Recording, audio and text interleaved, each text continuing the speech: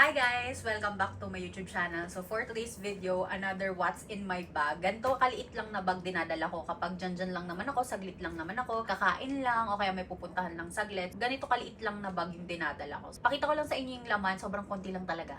Itong gamit ko is MK na parang ang kasya lang talaga ay cellphone. As in, konti lang talaga yung nalalaman sa kanya. Wala siyang zipper, magnetic closure lang siya guys. So ganyan lang siya and ayan na agad yung laman niya. Syempre, hindi pwedeng mawala ang ating lip products na ginagamit for that day. Pero yung ginamit ko kasi kahapon is itong from Romand. Ito yung gamit ko ngayon. Meron din akong pang retouch na lip tint. Kasi lip tint talaga yung gusto kong gamitin kapag tapos kong kumain or ano, kasi mas long lasting yung mga lip tints, diba? So this one is from BLK.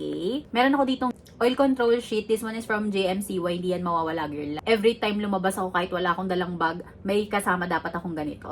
Meron tayong decant ng perfume. So yung gamit ko is from Perfume Dessert. Yung gamit ko kahapon is Bianco Latte. Pero yung nadala ko is from Perfume Dessert. Sobrang galing. Pinagsama-sama na lang talaga lahat ng pabango. Tapos, meron din ako ditong breath spray.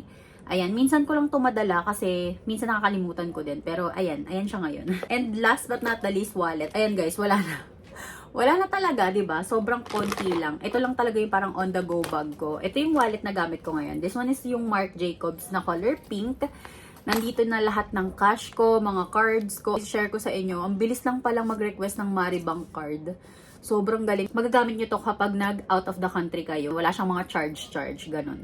Tapos, ayan na yung mga cards. Ayan, tapos meron na rin ako ditong ayan, may lagayan na rin tayo ng coins dyan. So, yun lang naman. So, that's it for today's video, guys. Thank you for watching. Bye! Mem.